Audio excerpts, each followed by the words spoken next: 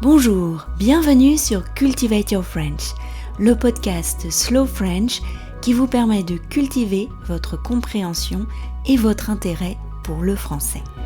Je m'appelle Laetitia, je suis française, j'habite près de Paris et je partage avec vous chaque semaine un petit bout de ma journée. La semaine dernière, jeudi, Pietro et moi sommes allés à une conférence au musée des arts et métiers dans le 3e arrondissement. Vous connaissez peut-être la station de métro éponyme sur la ligne 3. Ce musée rassemble des collections incroyables d'objets liés aux découvertes scientifiques et techniques depuis la création du Conservatoire des arts et métiers en 1794, le CNAM.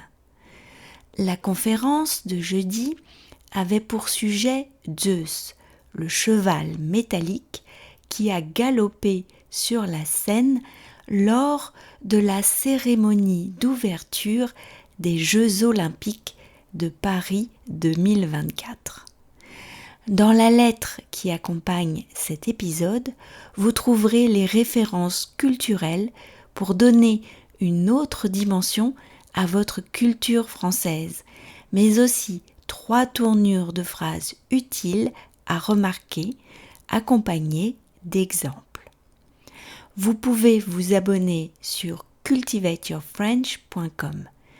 Je profite de cet épisode pour faire un petit coucou à une auditrice, Martha, qui m'a envoyé un message qui m'a beaucoup touchée à propos du podcast, dont elle apprécie la variété des sujets et qu'elle a décidé de soutenir en s'abonnant aux lettres par email.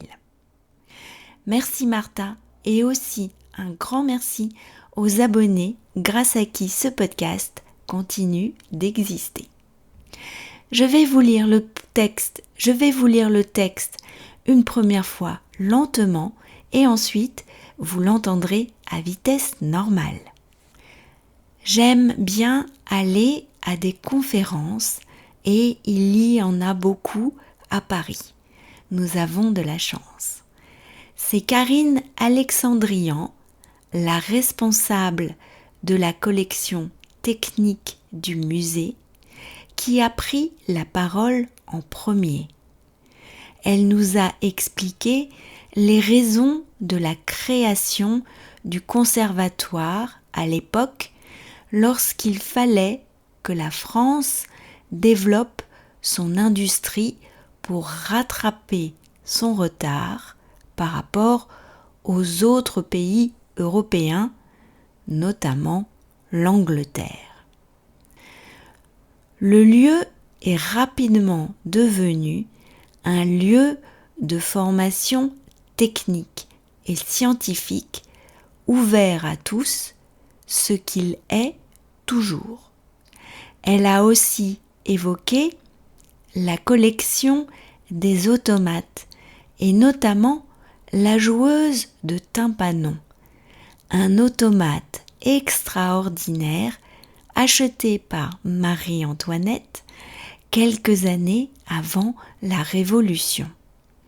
Elle a ensuite évoqué les avancées technologiques, notamment l'utilisation de chaînes pour copier les mouvements et l'importance des travaux chronophotographiques de Jules Marais ou Edward Muybridge, par exemple.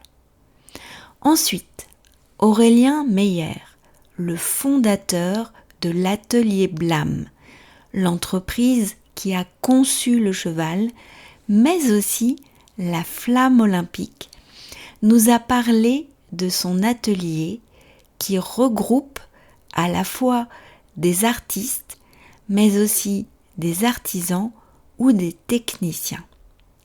C'est lui qui a, en quelque sorte, pris la commande du cheval le jour de la démonstration de la flamme olympique. Theo Bechtold, l'un des ingénieurs concepteurs du cheval, nous a parlé, lui, des différentes étapes de la conception, du travail de recherche sur les automates, des solutions envisagées, des choix esthétiques. C'était passionnant. Et moi aussi, j'ai eu des frissons lorsqu'ils nous ont parlé tous les deux de leur émotion lors des premiers essais en mer à Quiberon. La conférence a largement été applaudie et après, nous avons fait le tour du bâtiment pour aller voir le cheval qui est exposé pendant 1 an sur le parvis de l'entrée du musée. Il était aussi beau et poétique dans la nuit de janvier que dans celle pluvieuse de juillet 2024. Et maintenant, le texte à vitesse normale. J'aime bien aller à des conférences et il y en a beaucoup à Paris, nous avons de la chance.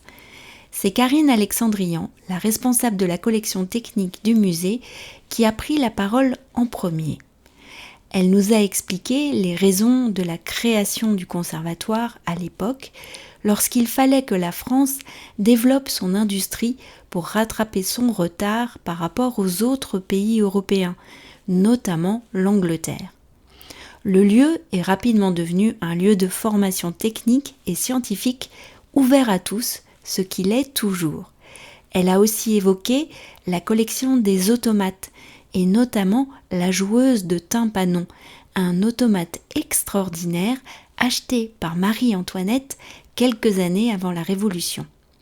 Elle a ensuite évoqué les avancées technologiques, notamment l'utilisation de chaînes pour copier les mouvements et l'importance des travaux chronophotographiques de Jules Marais ou Edward Muybridge par exemple.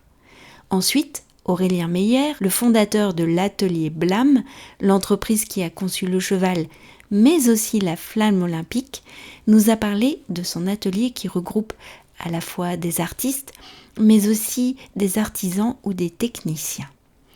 C'est lui qui a en quelque sorte pris la commande du cheval le jour de la démonstration de la flamme olympique. Theo Bechtold, l'un des ingénieurs concepteurs du cheval, nous a parlé, lui, des différentes étapes de la conception, du travail de recherche sur les automates, des solutions envisagées, des choix esthétiques. C'était passionnant. Et moi aussi, j'ai eu des frissons lorsqu'ils nous ont parlé tous les deux de leur émotion lors des premiers essais en mer à Quiberon. La conférence a largement été applaudie. Et après, nous avons fait le tour du bâtiment pour aller voir le cheval qui est exposé pendant 1 an sur le parvis de l'entrée du musée. Il était aussi beau et poétique dans la nuit de janvier que dans celle pluvieuse de juillet 2024. Cultivate Your French, c'est fini pour aujourd'hui. Je vous retrouve avec grand plaisir la semaine prochaine pour un nouvel épisode du podcast. À bientôt, au revoir.